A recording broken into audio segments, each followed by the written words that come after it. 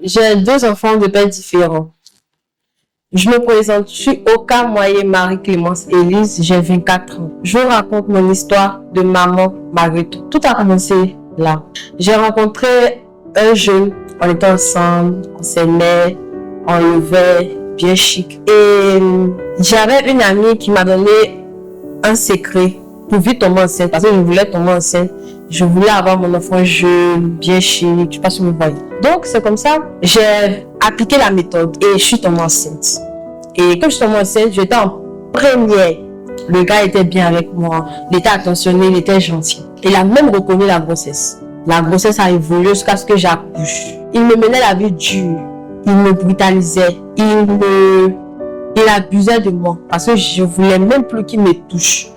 Je partais souvent rester chez eux, dormir. Souvent, à cause de lui, je suis obligée de fermer la porte de la chambre à clé pour ne pas qu'il rentre pour venir sortir avec moi parce que je ne voulais plus qu'il me touche. Donc, c'est comme ça qu'il a accouché. C'est comme si aujourd'hui il accouche et ses parents sont venus automatiquement le même jour prendre le panier de l'enfant pour aller faire son extrait. Parce qu'ils ont vu quel genre de personne j'étais. Ils n'allaient pas accepter qu'ils mettent les mains sur mon enfant. Parce qu'ils ne se sont pas occupés de mon enfant. C'est ma maman qui a tout fait. Et je lui dis merci pour ça.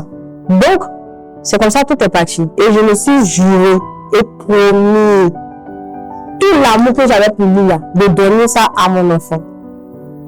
Et c'est là, le karma a commencé pour lui. Il est devenu fou, il se promenait dans la rue, mes amis m'appelaient, allô, Marie, on a vu ton gars là, il est dans la rue, c'est là. Je m'en foutais carrément. Donc c'est comme ça que ma première grossesse est partie. J'aime mon enfant, je l'adore de tout mon cœur. Voilà.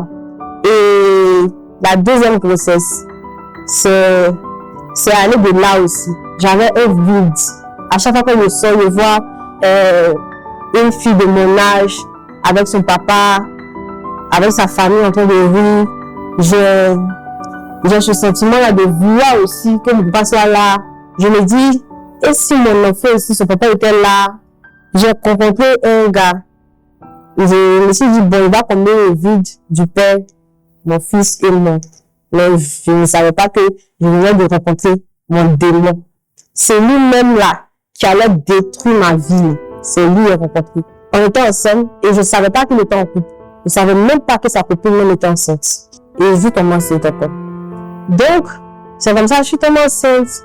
Et là, il m'a dit clairement dans mes yeux que la grossesse n'est pas de lui. Et il a mis dans mes eyes. Il m'a dit que c'est pas de lui. Et je dis ok. Ça m'a fait mal. J'ai pleuré toutes les larmes de mon corps parce que je ne croyais pas. J'étais tellement. Et puis devinez, je ne connais pas chez lui.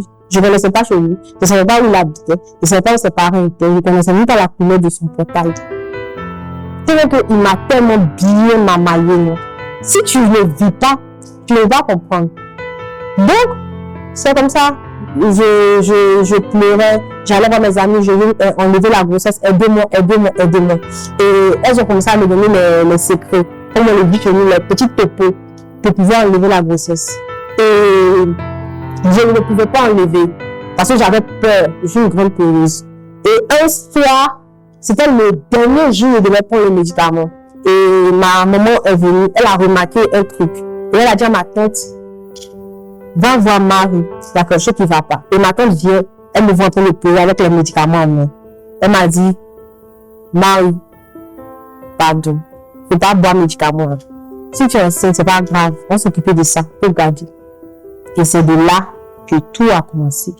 Le gars me menaçait. Il y avait mon téléphone où je gardais les menaces. Il me menaçait. Il envoyait les gens me menacer. Jusqu'à sa copine même allait me mettre en fétiche. Dans ma grossesse, je subissais des trucs qui n'étaient même pas naturels. Elle m'a vraiment mené la vie dure, les deux même. Je vivais vraiment un calvaire. Jusqu'à ce que j'accouche. Même mon accouchement n'a pas été facile. Mais Dieu merci, Dieu sait faire les choses. J'ai accouché mon joli bébé, mon joli garçon. Il est en vie. Il a maintenant 2 ans. Et il porte mon nom, le nom de mon père qui est Oka. Voilà. J'arrive à m'occuper d'eux. Voilà, comment on appelle ça? Souvent, ça fait que j'aime plus sortir avec eux. Parce que quand je sors, je vois des gens en couple, 2 papas avec l'enfant. je fais une crise d'angoisse, ça me ramène dans un truc que j'ai pas envie de venir là-dessus. Donc, ça fait que j'évite de sortir. Voilà. Souvent, eux me disent, ah, voilà, genre, tu vois, quand les enfants, ils sont avec les parents, là. Ils ont une manière de se comporter. Tu fais ressentir comme ça, comme si ils veulent que leur papa soit auprès d'eux. Et ça me fatigue énormément.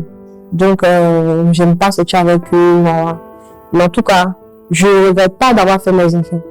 C'est vrai, je regrette de les avoir fait dans une mauvaise condition, avec des gens irresponsables. Ça, c'est la pire erreur qu'une femme peut faire sur cette terre. Et je peux dire à mes jeunes sœurs, à mes petites sœurs, de se protéger. Ça, c'est un. On peut pas vous dire de ne pas aimer quelqu'un ou de ne pas sortir avec quelqu'un. C'est comme si on vous prive de quelque chose. Mais tout ce qu'on peut vous dire, c'est de vous protéger et de faire très attention. Quelqu'un peut te promettre la lune, va te montrer qu'il t'aime, mais après, il peut changer de visage carrément.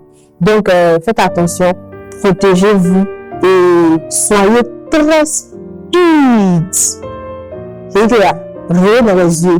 Une fois que tu captes que là, c'est pas clair là, faut bouger, faut laisser. Et je veux soutenir aussi les mères célibataires. Ne pensez pas que c'est terminé pour vous. Non. Comme moi aujourd'hui, quand je dis aux gens qu'il y a 2 enfants, la personne me dit, c'est que c'est beau, t'aimes plus. Je ne vais pas venir m'occuper de 2 enfants. Ne pensez pas que comme tu as 2 enfants, c'est dire que tu as pu te marier. La société te rejette parce que tu as un enfant. Parce que tu as un enfant, il y a des opportunités même que tu ne peux plus avoir. C'est qu'il y a des opportunités, t'appelles à l'eau, on va avec quelqu'un, tu peux pas, parce que tu as personne pour surveiller tes enfants. Et ça, c'est un problème. Mais ça doit même pas vous limiter même. Battez-vous, concentrez-vous et la lutte continue. Bisous. C'était mon histoire d'une maman malgré tout.